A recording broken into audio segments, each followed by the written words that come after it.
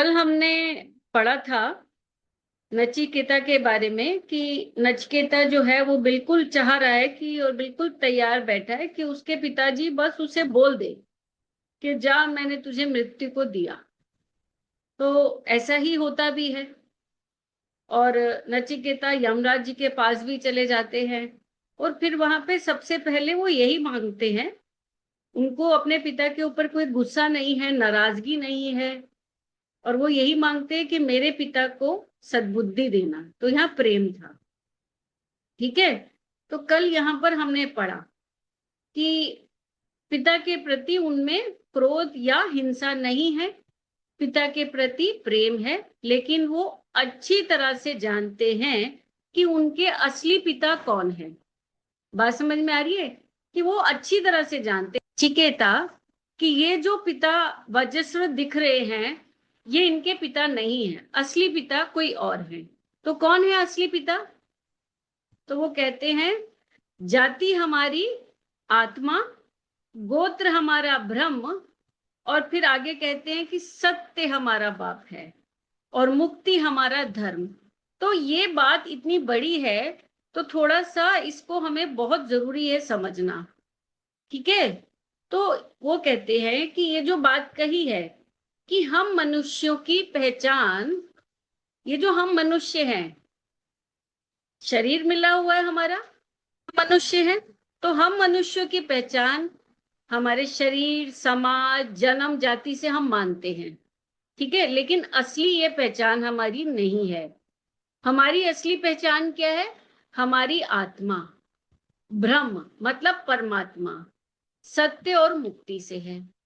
ये हम संसारी बंटवारे से ऊपर ऊपर उठकर थोड़ा सा हम इसको समझेंगे। ये जो सामाजिक बंटवारा हमें कर दिया। सामाजिक बंटवारा क्या है कि यहाँ जातियां आपको अलग अलग दिख रही है, भेद दिख रहे हैं। ठीक है। तो इससे ऊपर जब हम उठते हैं तो हमें आत्मज्ञान होता है, और आत्मज्ञान से क्या दिखता है? हमें सच्चाई पता लगती है, तो फिर हम सच्चाई से जुड़ते हैं। तो ये जो बात है कि जाति हमारी आत्मा, इसका मतलब है कि हमारे अनुसार, मतलब समाज के अनुसार जो जाति है उसके आधार पर हमारा सारा समाज बटा हुआ है। ठीक है। ये जो हमारा शरीर है यह तो नश्वर है, और समाज ने ये झूठी जातियां बनाई हैं। क्लियर है? तो पर असल क्या है?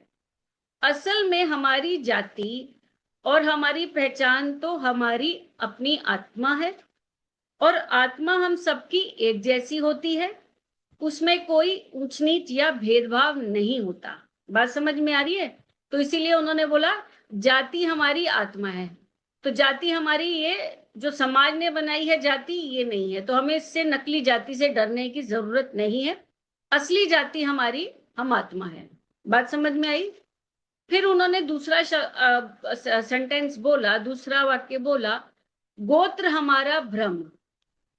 यह भ्रम, भ्रम वाला भ्रम नहीं है जैसे हम होते हैं ना, अरे मुझे उसको देख के भ्रम हो गया, ये वो वाला भ्रम नहीं है। इस ब्रह्म मतलब ब्रह्मांड वाला भ्रम।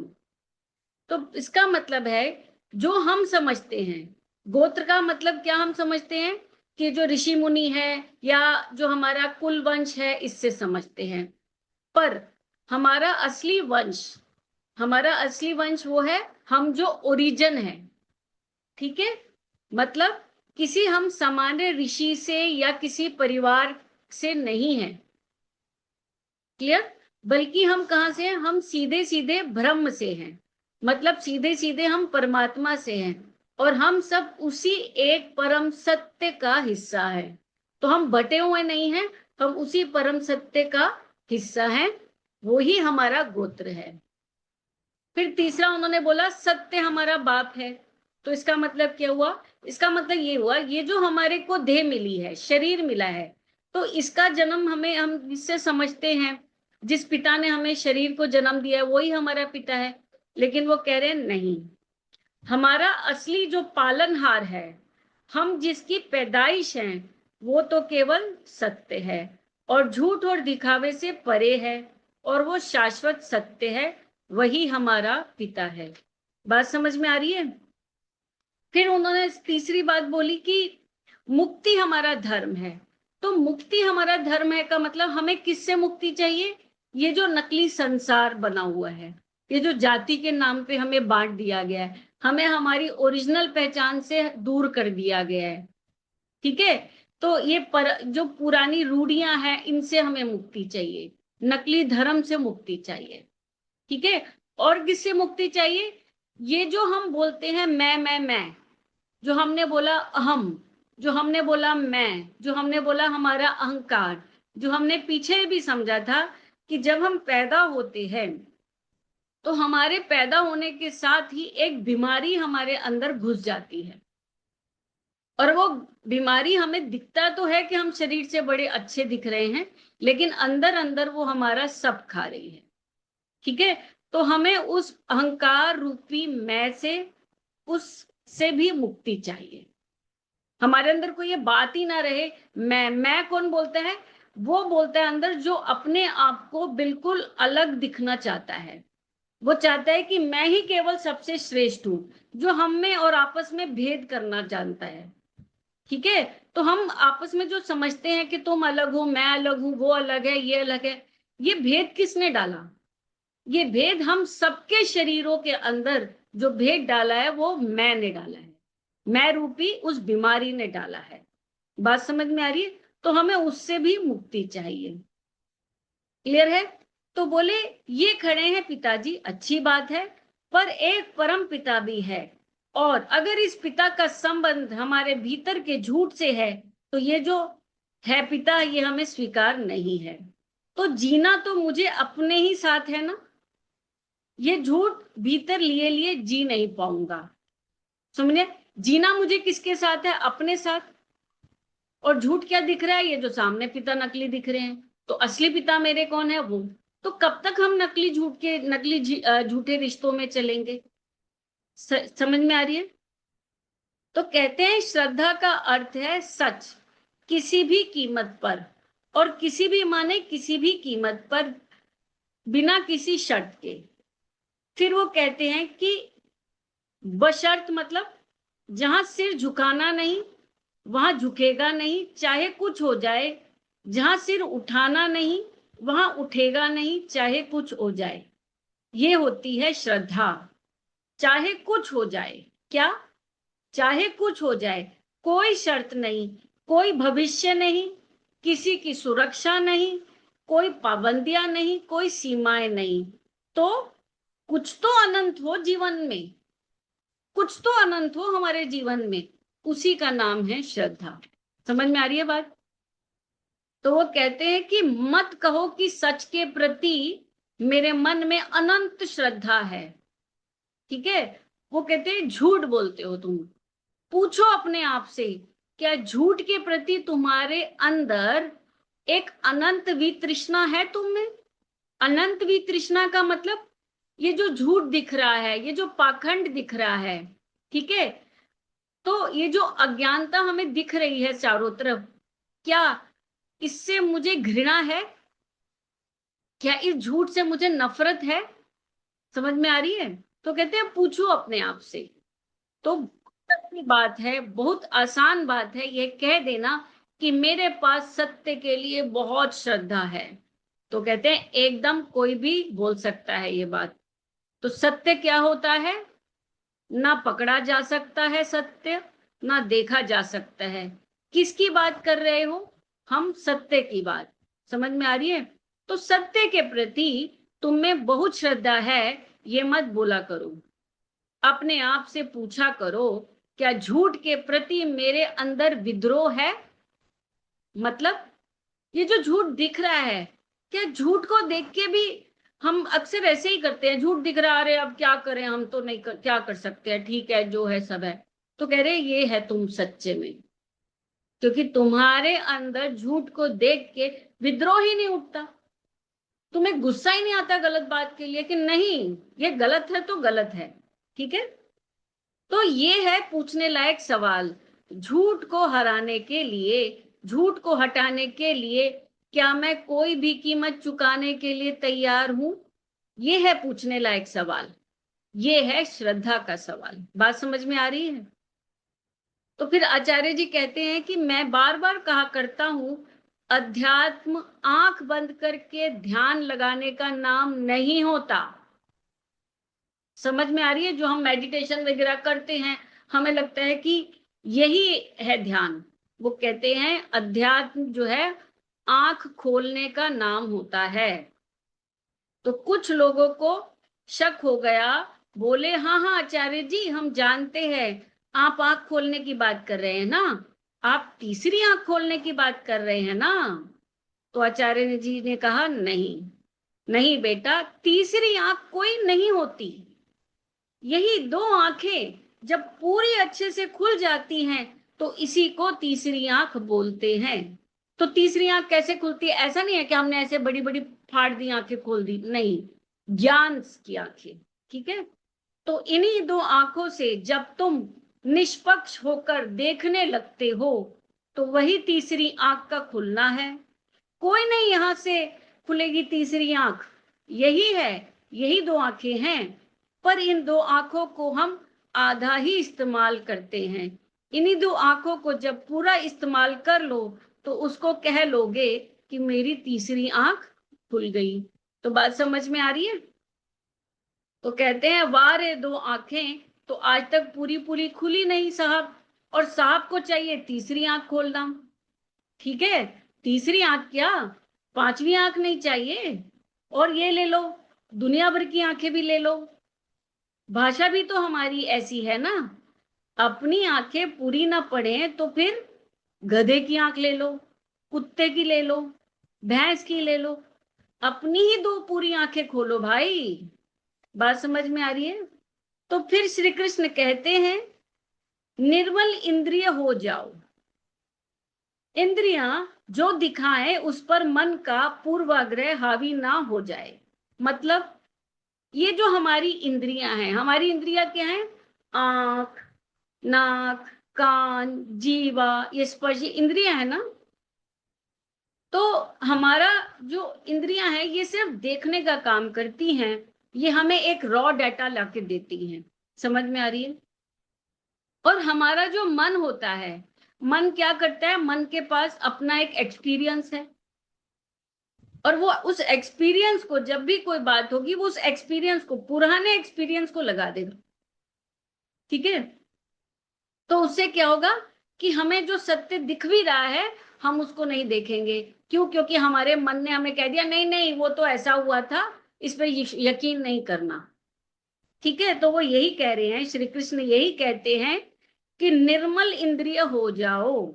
इंद्रियां जो दिखाएं उस पर मन का पूर्वाग्रह हावी मत हो जाए, यही है इंद्रियों का निर्मल हो जाना।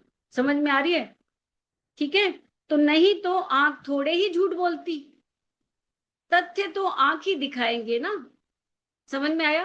तथ्य मतलब जो हमें दिख रहा है, सत्य हमारे सामने, वो हमें कौन दिखाएगा?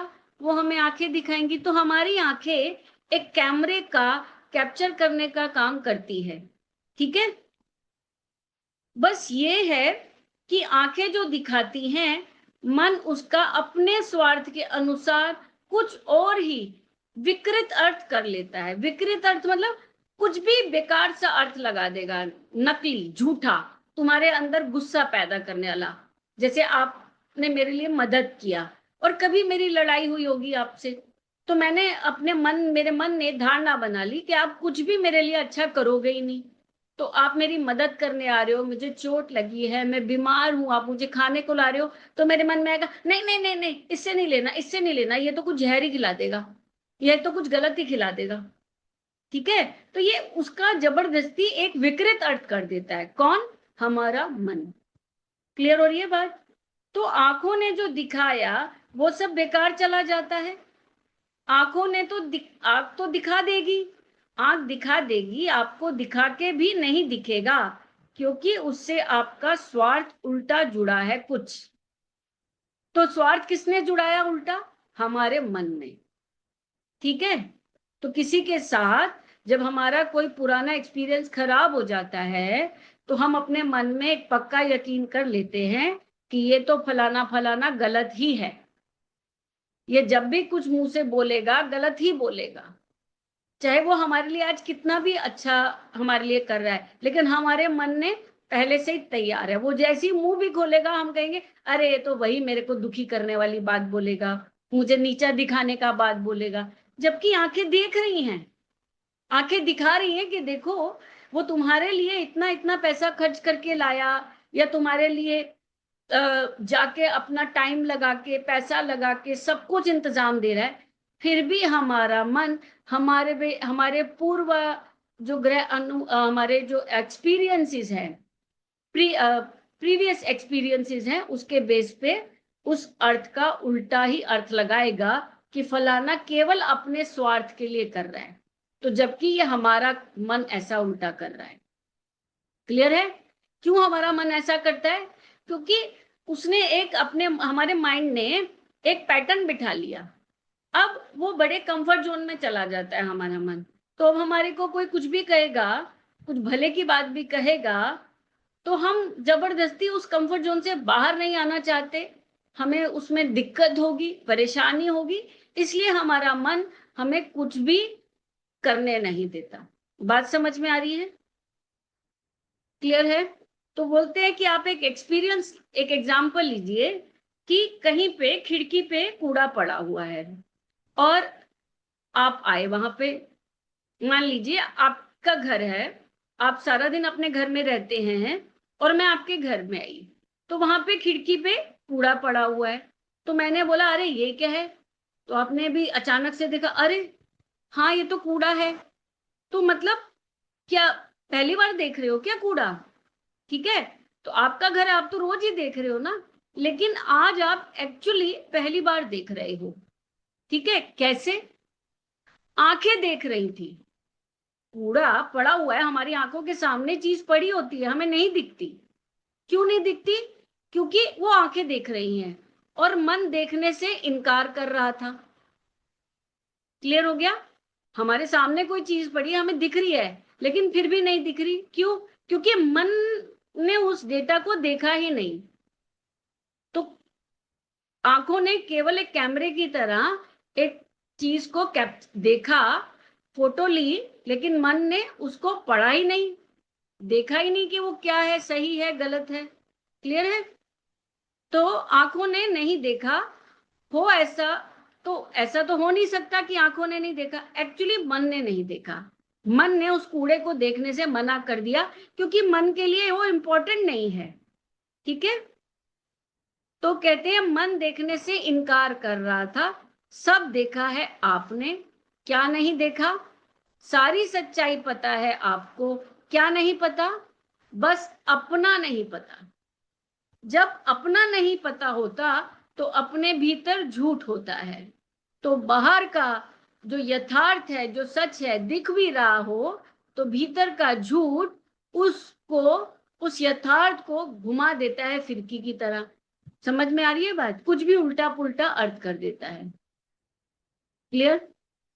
तो नचिकेता के शायद पक्ष में बात ये थी कि वो बच्चा था, बहुत विकसित स्वार्थ नहीं था उसका। ठीक है, कोई बड़े बड़े सपने नहीं थे।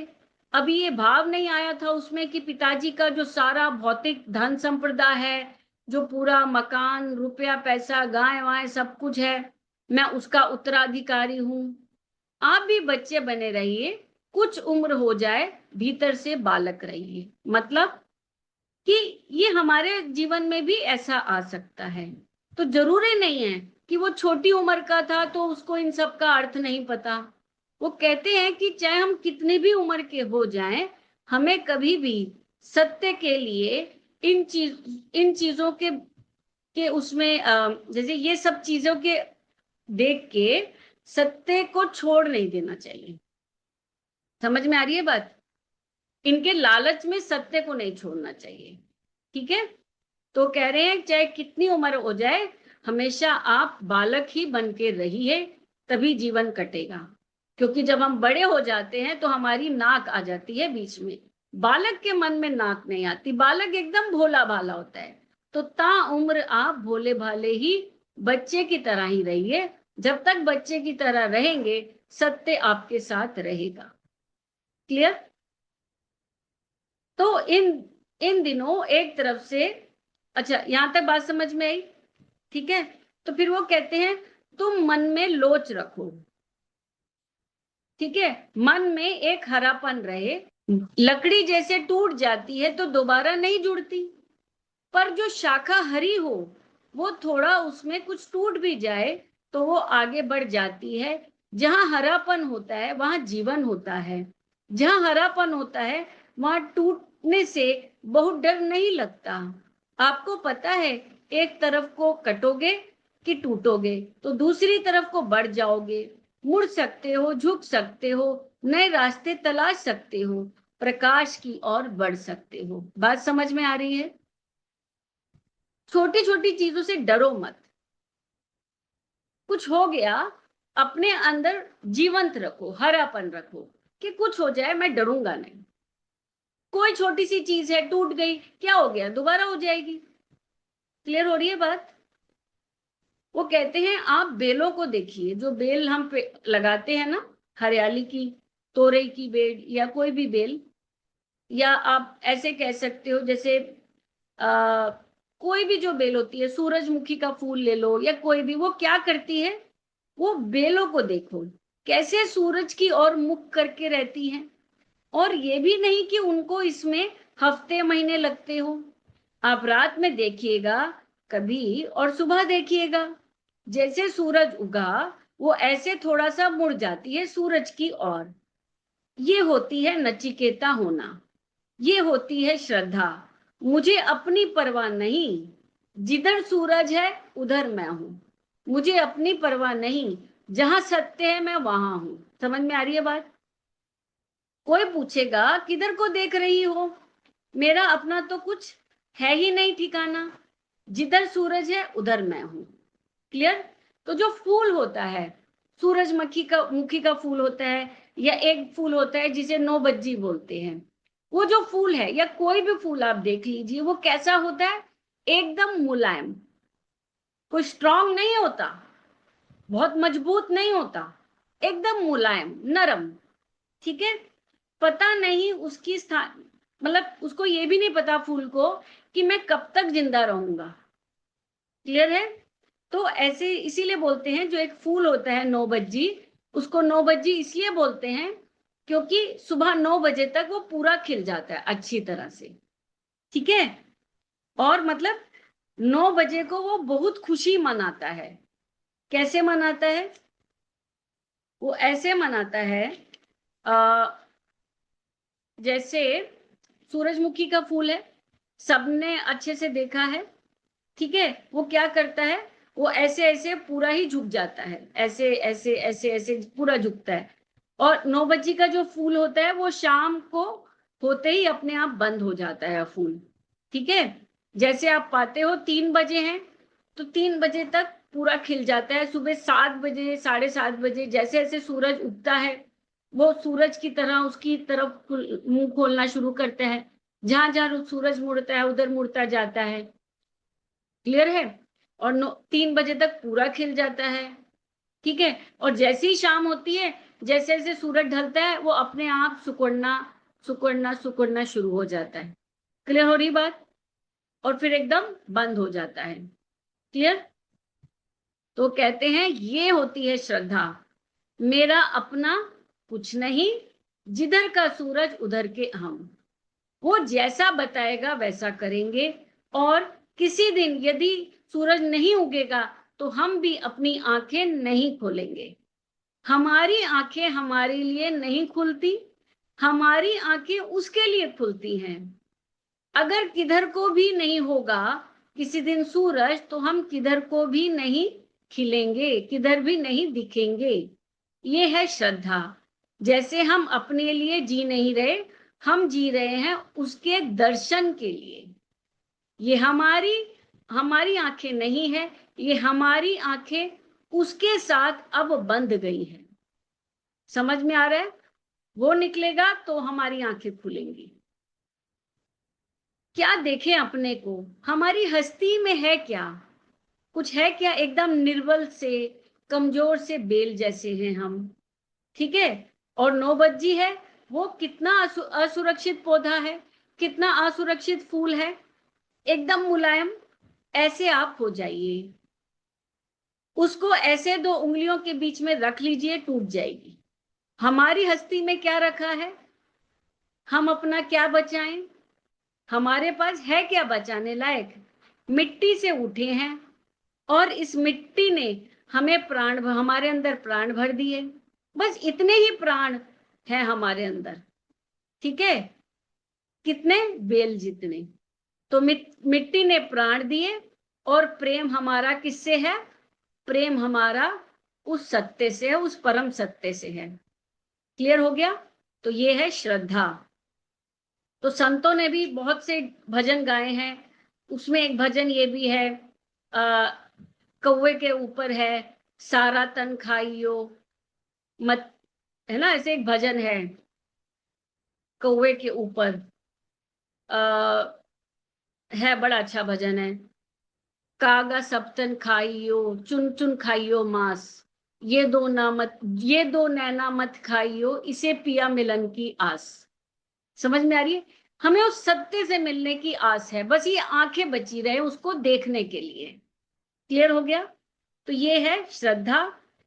मैं जीऊं या मैं मरूं कोई फर्क नहीं पड़ता, बस एक पल का दीदार काफी है, और वो भी ना हो तो आस ही काफी है। ये जो शरीर है, इसकी, इसमें अंदर अरबों खरबों हमारी सांसें हैं। बस सबसे मूल्य चीज क्या है? सांसें हमारी मूल्यवान नहीं है, उसकी आस, उसके दीदार, उसका दिखना हमारे लिए एक आस है, और उसी आस में हम मिट जाए। समझ में आ रही है बात? तो वो कहते हैं एक जगह पर, सबसे अभागे वो होते हैं जो बिछड़ कर भी मरते नहीं हैं। हम बिछड़ जाते हैं अपनों से, लेकिन फिर भी हम मरते नहीं हैं। ये हैं हम अभागे। समझ में आ रही है बात? तो वो कहते हैं कि एक तो तुम्हारा अभागापन ये है कि तुम टूट गए। किससे टूट गए? अपने वृक्ष से। अपना वृक्ष मतलब जिसने तुम्हें पैदा किया। किसने हमें पैदा किया? अभी हमने पढ़ा ना, हमारे ब्रह्म ने, हमारी आत्मा ने, हमारे सत्य ने। और जिसने प्राण दिए हैं, जिसने ये हरा रंग रंग दिया है, हम उससे अगर टूट गए तो हमसे अभागा कोई नहीं। समझ में आ रही है बात? तो इसीलिए वो कहते हैं, श्रद्धा किसको कहते हैं? प्रेम को श्रद्धा कहते हैं। श्रद्धा और प्रेम एक ही सिक्के के 2 पहलू हैं। अपने प्रति विद्रोह का नाम ही सत्य है। क्लियर हो गया? और जहां भी कहीं प्रेम के गीत हो, वहां आप समझ लीजिए कि हमारे प्राणों का मूल्य नहीं, हमारे प्रेम का मूल्य है। क्लियर? और विश्वास क्या कहता है? अरे कुछ भी हो जाए, मेरे प्राण बचे रहें बस। प्राण माने ये शरीर के प्राण बचे रहे, उस अहंकार के, उस बीमारी के प्राण बचे रहे, वो जिंदा रहना चाहिए, ये विश्वास कहता है। समझ में आ रही है बात? जैसा हमारा चल रहा है बस यही चलता रहे, हे प्रभु, यही मेरी कामना है, ये विश्वास है। तो विश्वास श्रद्धा के नाम पर गाली है। श्रद्धा किसी से कभी भी कुछ नहीं मांगती, ठीक है? और श्रद्धा का कभी कोई विषय नहीं होता। श्रद्धा पाने के लिए नहीं, हटाने के लिए होती है। क्या हटाने के लिए? इस शरीर को हटाने के लिए, इसके अंदर जो अहंकार बैठा हुआ है, मैं करता है, उस मैं को हटाने के लिए है। मैं ना रहूं, ये श्रद्धा है। समझ में आ रही है बात? क्लियर है? तो आज का अभी इतना, बाकी कल पढ़ेंगे। ठीक है? समझ में आ रहा है ना? तो ये हम जो पढ़ रहे हैं ये कठोपनिषद है, आचार्य प्रशांत जी का मृत्यु का रहस्य समझ रहे हैं हम। ठीक है? तो बाकी कल मिलते हैं। ओके।